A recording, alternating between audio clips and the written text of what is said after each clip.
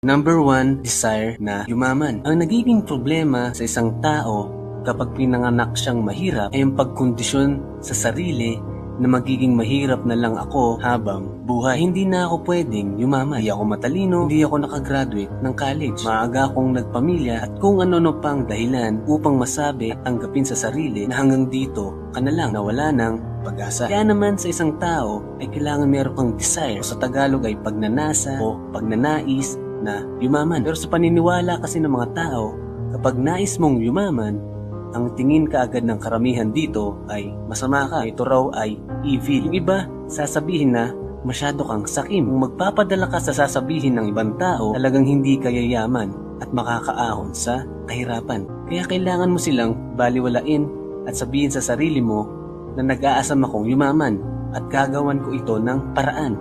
Kahit na ano pa ang mangyari. Dahil nga hinahangad mo ito.